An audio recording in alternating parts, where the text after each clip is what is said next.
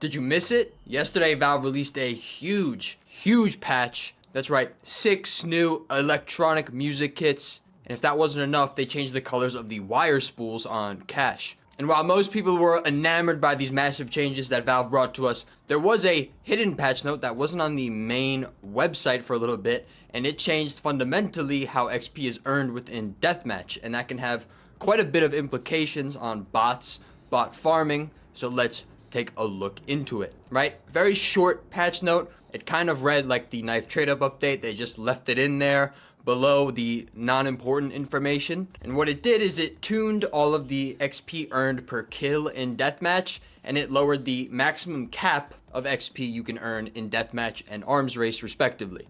Now, while I was reading up on it and writing about it, people found that you can actually just play the game until you hit the cap and then leave and then join a new map pool. So you would go from like alpha to delta or whatever they're called. So effectively right now in its current state, you can actually earn more as a bot than you could previously. But we'll get to that in a moment. I think that may be intentional. We'll see. So previously, before this, XP in deathmatch and arms race was tied to your score directly, I believe by a factor of 1/5. So if you got 1,000 points, you would get 200 XP, and that would reflect in how many armory stars you earned. The system did previously reward you for skill base, right? Because if you got 1,000 score, you would get 200 XP. If you only got 80 score, you would only get 16 XP, so on and so forth, and it would reward you for playing the maximum amount of deathmatch, right? The full 10-minute game. Now, since you're capped at 375 XP, which means the maximum amount of armory stars you can get is 75, well, that's going to significantly slow down not only better players, it's going to take away the skill-based aspect of the armory star. But of course, it also hurts the bot farms, right? On the surface, these bots, which typically employ the use of like aim bots or wall hacks, whatever they do use, thus earning them the maximum amount of XP possible and subsequently armory stars. Now, that's no longer possible. The cap, pretty much everyone's going to hit if they play for, a full 10-minute game. And they also restructured how the XP works per kill. I believe rifles lost a point each. The AWP got some points taken away, more than that, I believe 3 or 4. But then kind of counterintuitively, they raised the amount of points you get from a Zeus kill, a knife kill, etc. The ones that bots sometimes or more typically use in full bot lobbies. And that's because of how many points they give. So in one sense, it kind of helps out the bot farmers because you're helping them get points with these guns they typically use in full bot lobbies.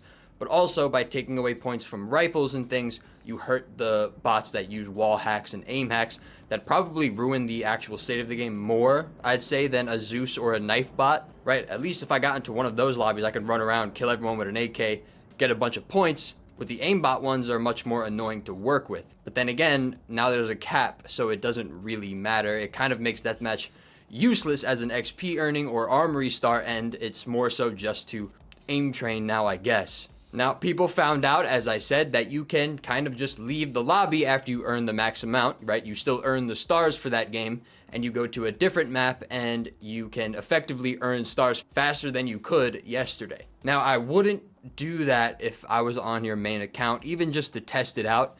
It kind of seems like a very easy way to spot out potential wrongdoers, right? No real person is going to regularly and consistently earn the max amount of XP, leave, and then join a new game. And if they do that, it seems like a very easy way for Valve to flag it beyond the wall hack. And if these guys have, insane wall hacks or aimbots, they don't even have to look out for that. They just have to look for how they move within lobbies, deathmatch to deathmatch. Might be a very easy way to spot out bots and have them banned in the next wave, whenever that may be. So things could be looking up for the future armory rotations within CS2. As we know, about a month ago, we received a ban wave. Bot accounts, the weekly drop farmers, all of these accounts were banned at a way significantly higher rate than they are typically, which usually smells of an update coming. Now, typically these ban waves happen around 7 to 10 days before updates, but notably, we haven't received one yet, right? Valve clears the field, makes sure there isn't a ton of stars in circulation that were earned illegitimately before new collections drop, as all of those redemptions happening at once, especially the ones earned illegitimately, kind of just makes supply go up really quickly, prices drop too steeply, too quickly, and it kind of hurts the optics of the armory from the outside perspective looking in. By having these bot farms banned right before armory rotations, you sort of allow the prices to stay relatively inflated for a little bit longer time.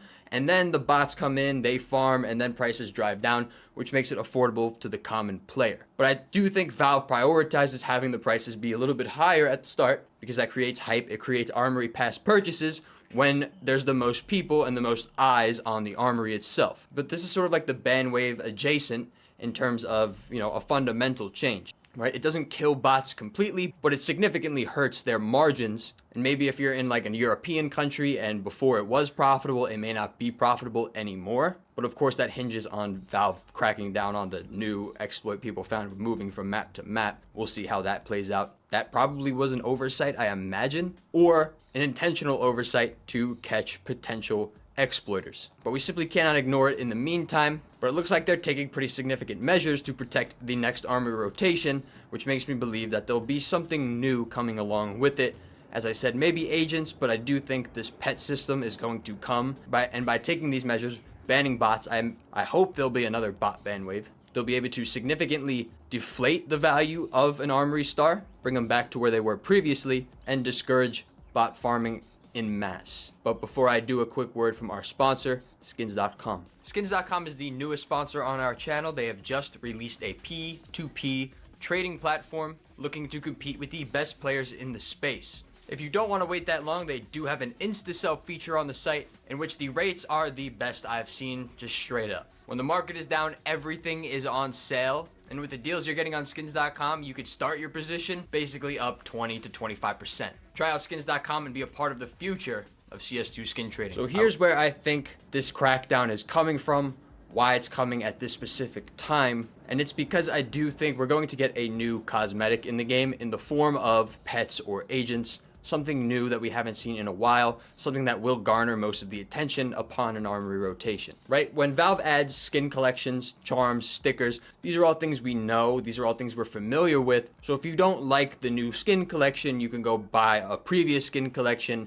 Nothing really changes there. You have substitutes available to you. When you add something new like pets or even with agents where they're going to be so few and far between that they'll effectively be new, right? That's your only way to get them, the Armory. Thus, Valve probably wants to keep those prices inflated. They want to increase the amount of Armory Pass redemptions, Armory Pass purchases, and they also don't want sentiment to crater.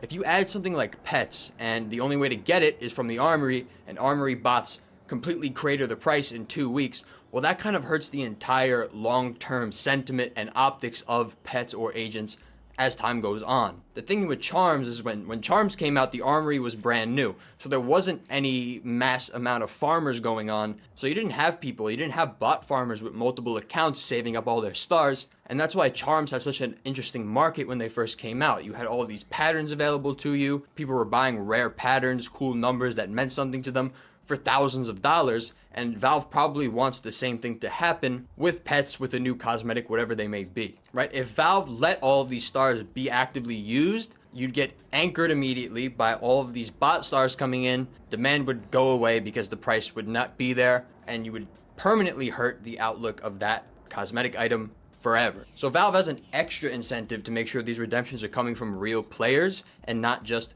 bots and people taking advantage of the system. So part of me believes, because especially the collections were in the code and we had a bot ban wave like last month at this point, that something must have postponed their movements. Maybe the vacation, maybe the month of April just fucking them up, because all signs were pointing towards it being on schedule, but it simply just hasn't come. I think there was probably some type of delay. So I do hope that they do release another ban wave. And if they do, that would probably confirm my beliefs that they're trying to get rid of as many illegitimate stars as possible before releasing a new cosmetic.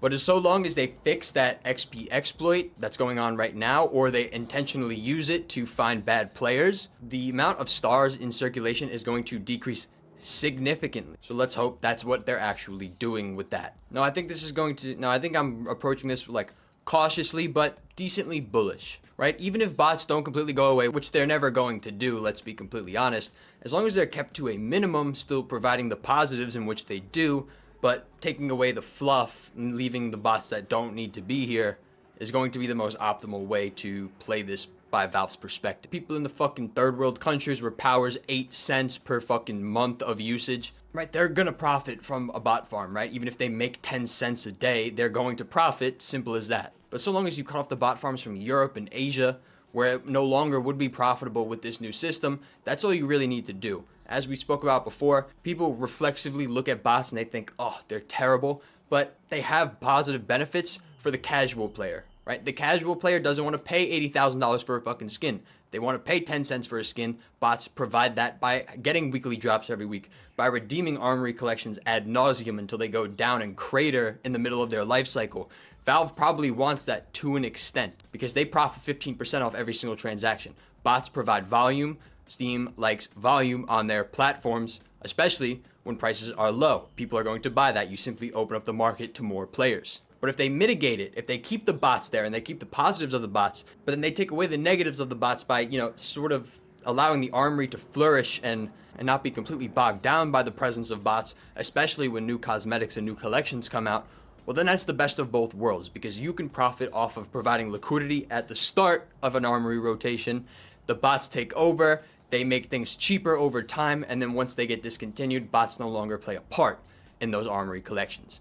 That's probably the most optimal route. Obviously, it's never going to be that perfect, but that would be the most optimal situation. Now we have to see what happens. I do believe the actions they're taking kind of lead towards a new cosmetic coming in, because as I said, you want to protect that class for a little bit longer than usual. But I also certainly hope that there is another ban wave before this new rotation comes out, because it has been quite a while at this point, and I do think they need to do another one. It would be absolutely perfect if this exploit that bots are now using, going from lobby to lobby, are used in the new bot ban wave, because that would make the most sense right before releasing an Armory update, right? They kind of put the pieces in place already, so I'm excited to see what they do there, and it's just another sign pointing towards the rotation coming next week. As I said, I thought it would come this week because of how the landscape has changed, right? People knew that the rotation was coming, so you sort of priced it in already, but it looks like it's just going to be 3 weeks again. If they do go longer, then this rotation might just be destroyed in general. But you just gotta roll with the punches, baby. It's a speculative market. We gotta be speculative. That's why you never put your eggs in one basket. You put them all around, and then you'll usually be fine. But I do think something bigger is coming, and they want to protect what's coming, at least for the first few weeks or month. The only caveat I have with this is that if they do crack down on that lobby to lobby movement and bots move into competitive or casual or premier, then it might become an actual problem.